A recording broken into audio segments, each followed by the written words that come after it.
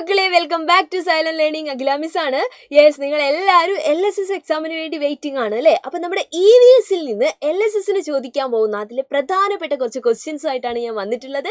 എല്ലാവരും video skip ചെയ്യാതെ കാണുക. നമുക്ക് നമ്മുടെ ആദ്യത്തെ ക്വസ്റ്റ്യൻ നോക്കാം അല്ലേ? നമ്മുടെ ഫസ്റ്റ് ക്വസ്റ്റ്യൻ ഇതാണ്. ഏറ്റവും വലിയ പക്ഷിയും ഏറ്റവും ചെറിയ പക്ഷിയും അല്ലേ, നമ്മുടെ ലാർജസ്റ്റ് ബേർഡും നമ്മുടെ സ്മോളസ്റ്റ് ബേർഡും ഏതാന്നുള്ളതാണ് നമുക്കറിയാം അല്ലേ. നമ്മുടെ ലാർജസ്റ്റ് ബേർഡ്, ഏറ്റവും വലിയ പക്ഷി എന്ന് പറയുന്നത് നമ്മുടെ ഓസ്ട്രിച്ച് അഥവാ ഒട്ടക പക്ഷിയാണ് അല്ലേ. ഏറ്റവും ചെറിയ പക്ഷി, കുഞ്ഞു പക്ഷി എന്ന് പറയുന്നത്, സ്മോളസ്റ്റ് ബേർഡ് എന്ന് പറയുന്നത് നമ്മുടെ ബീ ഹമ്മിങ് ബേർഡ് ആണ്. അപ്പൊ നിങ്ങൾ അതേപോലെ തന്നെ ഓർത്തു വയ്ക്കുക, ബീ ഹമ്മിങ് ബേർഡ് അല്ലേ. മലയാളത്തിലാണെങ്കിലും അങ്ങനെ തന്നെ നമുക്ക് പേരെഴുതാം. റെഡി അല്ലേ?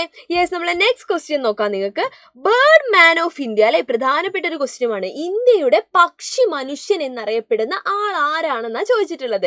യെസ്, ഇന്ത്യയിലെ പ്രശസ്തനായിട്ടുള്ള പക്ഷി നിരീക്ഷകനാണ് അല്ലെ.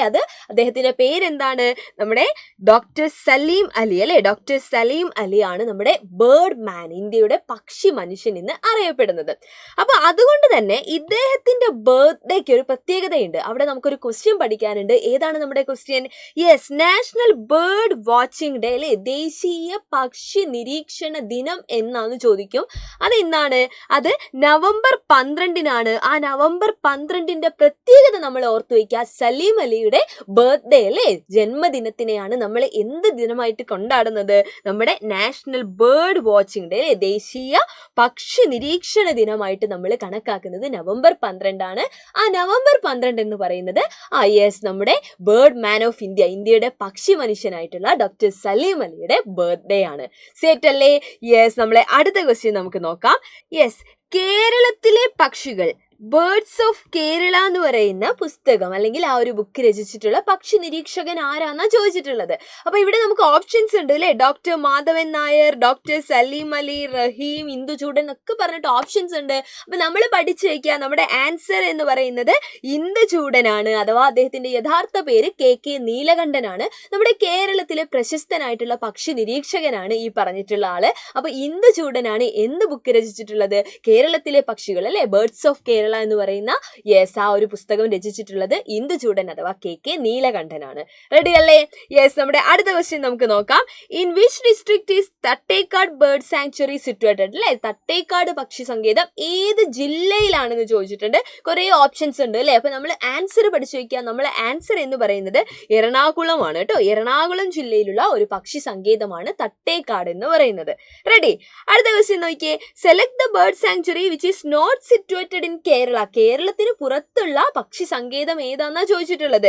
തട്ടേക്കാടാണോ, കടലുണ്ടിയാണോ, കുമരകമാണോ, ഭരത്പൂർ ആണോ എന്ന് ചോദിച്ചിട്ടുണ്ട്. ഇവിടെ നമ്മുടെ ആൻസർ എന്ന് പറയുന്നത് ഭരത്പൂർ ആണ്.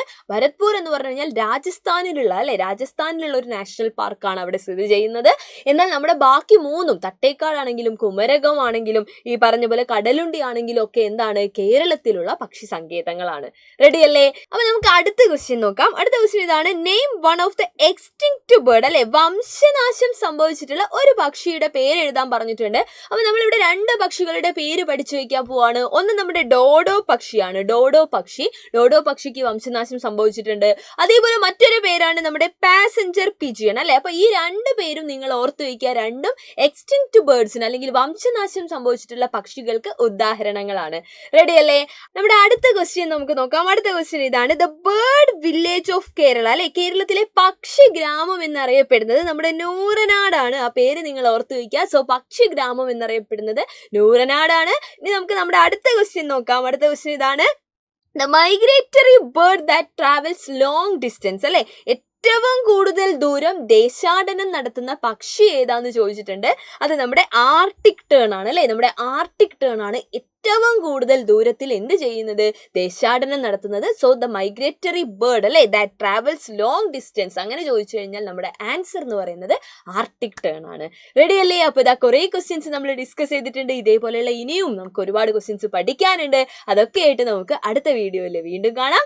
ബൈ.